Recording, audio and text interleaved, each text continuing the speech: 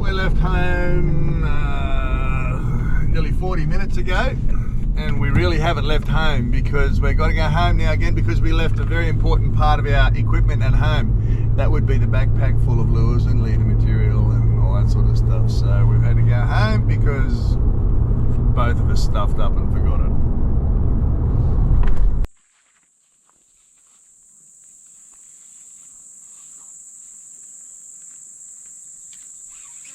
Oh, yeah. What is it? Really small. Oh wow. Stripey? Oh, God, that's a big one. That's a big stripey, that thing. You do catch a lot of the vermin when there's no tidal run, so this is classified as vermin. The young fella's just got a bite on half filly. What do you got? Ooh, what do you got? Might be a jack. Jacks love half fillies, so see what he's got. It seems to be fighting all right. Ooh. Got a bit of go about it.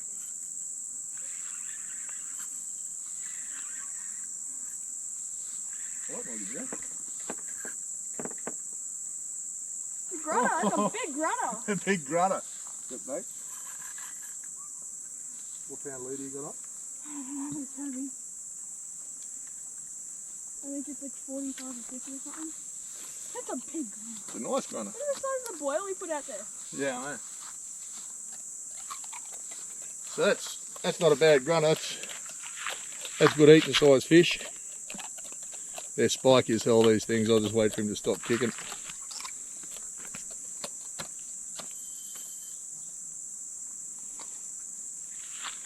So he's not a bad fish. Good eating size.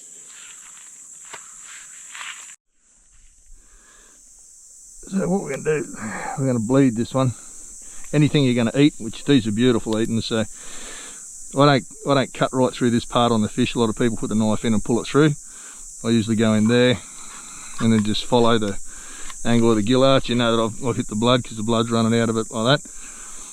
Now that hook is rod holders here. They're just pieces of poly pipe sort of driven down into the dirt. So under drag pressure, the rod's not going to get pulled in the water. So many rods, we hear it in a fishing warehouse, we hear it nearly daily. People lose their outfits over the side or over the side of the boat. It's just left resting or sitting in a fork stick. So poly pipe just eliminates any chance of your good gear going. Favourite part of a pilly is the tail. So I can rig the hook up like that. So I've got a couple of hitches around the top of the tail and it holds that hook nice and straight. But when I cast, it goes tail first. Got a nice chunky bit with the meat in it. So when you get a bite, if your rod tip's doing that like it is now, it's biting like that. Once it starts to run like that, you got to wait for constant momentum like that.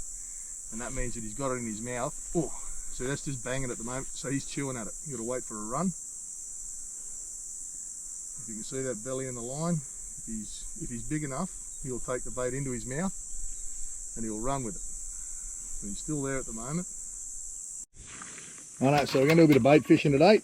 Something a bit different for us, but we keep on getting asked for a bait fishing video, so we're going to go through first of all the rig and the type of gear we're using. So I'm using 20-pound braid on this one, but when you're bait fishing it's important to use a longer leader because you still want some stretch in the equation and you want some abrasion resistance and all that sort of stuff.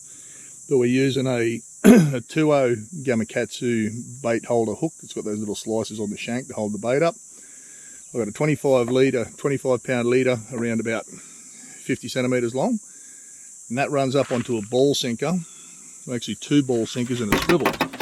So the reason for that is if I cast and the big sinker locks down on this knot here, then the fish can feel the weight of it and the sinker will move with the swivel, like it's got connected weight. They don't like that. So the little swivel's the one that stops the big sinker from locking down onto the swivel. You can use a glow bead for that as well. The rod that I'm using is a 6 to 14 pound 7-foot atomic arrows. I don't know if you can see that or not, but this is a great all-round rod. So it's a jack, barra, grunter sort of type rod. It's a good all-round estuary times and a lighter leaders. Look at the grinding teeth on that. Brim can be finicky buggers sometimes, so you need to go down to that lighter line, but the problem is with doing that, once you go down to your lighter line, if a jack or a barra or something like that, if barra season's open, if a jack or a barra gets involved in the situation, then you're in all sorts of trouble. But yeah, usually brim aren't too much trouble on 10 pound leader. That stripey we got earlier, and just cut a strip bait off it. I want to try a fresh strip bait just in case jacks don't mind that. The way I rig these up, same hook, 2-0 bait holder, Gamakatsu through the top of the bait, pull it all the way through, pull the hook all the way through, slippery fingers. So I'll pull it all the way through, and then I'll go through the flesh down there, roll the hook. That was a really good camera angle, that wasn't it? Roll the hook through like that, slide it down onto those little bait holder strips, and then I can put a hitch around the top of the bait, another hitch around the top of the bait. That holds it all nice and in line, pull it all nice and tight like that. You're ready to rock and roll.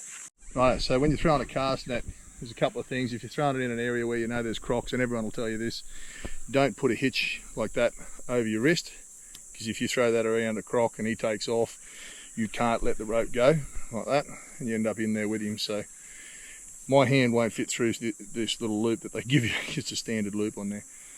So I'm going to do this just so it doesn't slip off my hand.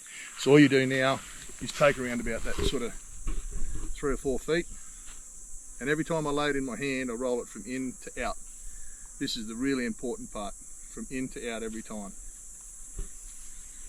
All right, once I get up to where this is a drawstring net, so once I get up to where the drawstring is, all right, I'll put the ring in my hand and give it a bit of a pull like that. Grab it halfway down the net, like that.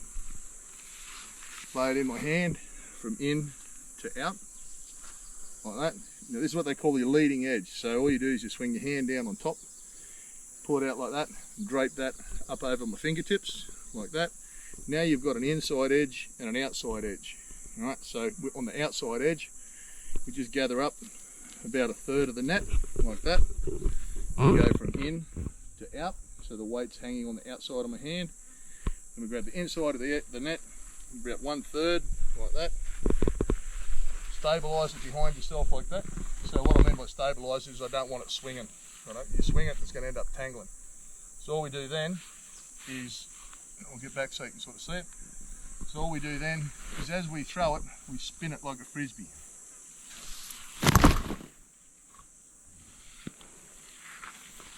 Yep. What's going to happen?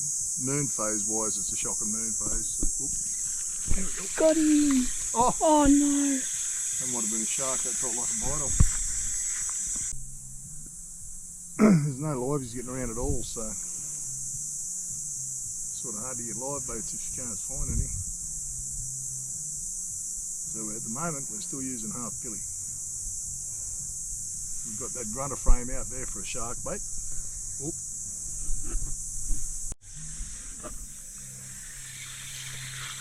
What you got? Right. Nothing real big. Brim. Another big pikey. Run's just started in this tide now, so people who eat brim would be happy with that, like for an eaten fish.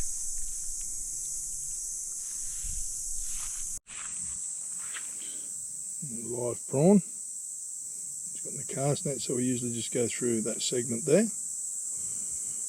Out the other side. That hook's called an SL12, and pretty good bait for a nice sized grunter or a jack.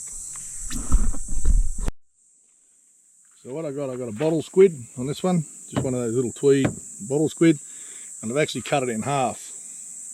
Alright, so you can get twice as many baits out of it, but that hook, there's a bit of a compulsion from people to just keep stacking your bait onto your hook, and what happens is you choke your hook point up like that. When a fish grabs hold of it, the bait slides down, covers the hook point up, and you miss the hook up, so that's pointless.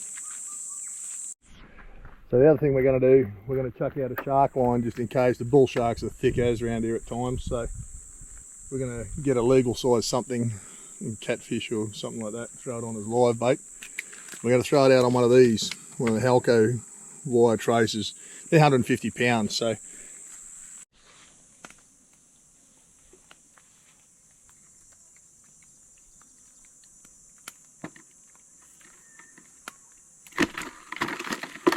at the moment, the young fella's catching heaps of little brim. I'm getting a bite on this one, I'm not sure what it is.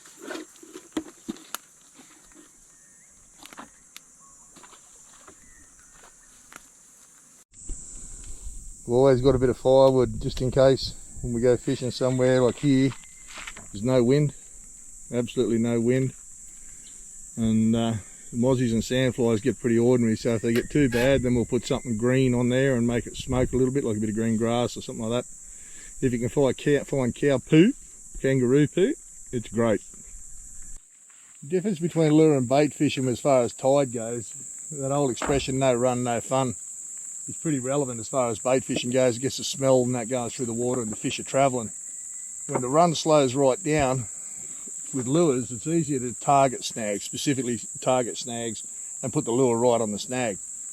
But when you're bait fishing, you want a bit of that smell to sort of travel with the current. The fish will come down to it. So it's, as soon as this tide changes and starts to push back in again, because it's nearly low tide now, we should get a bit more action then.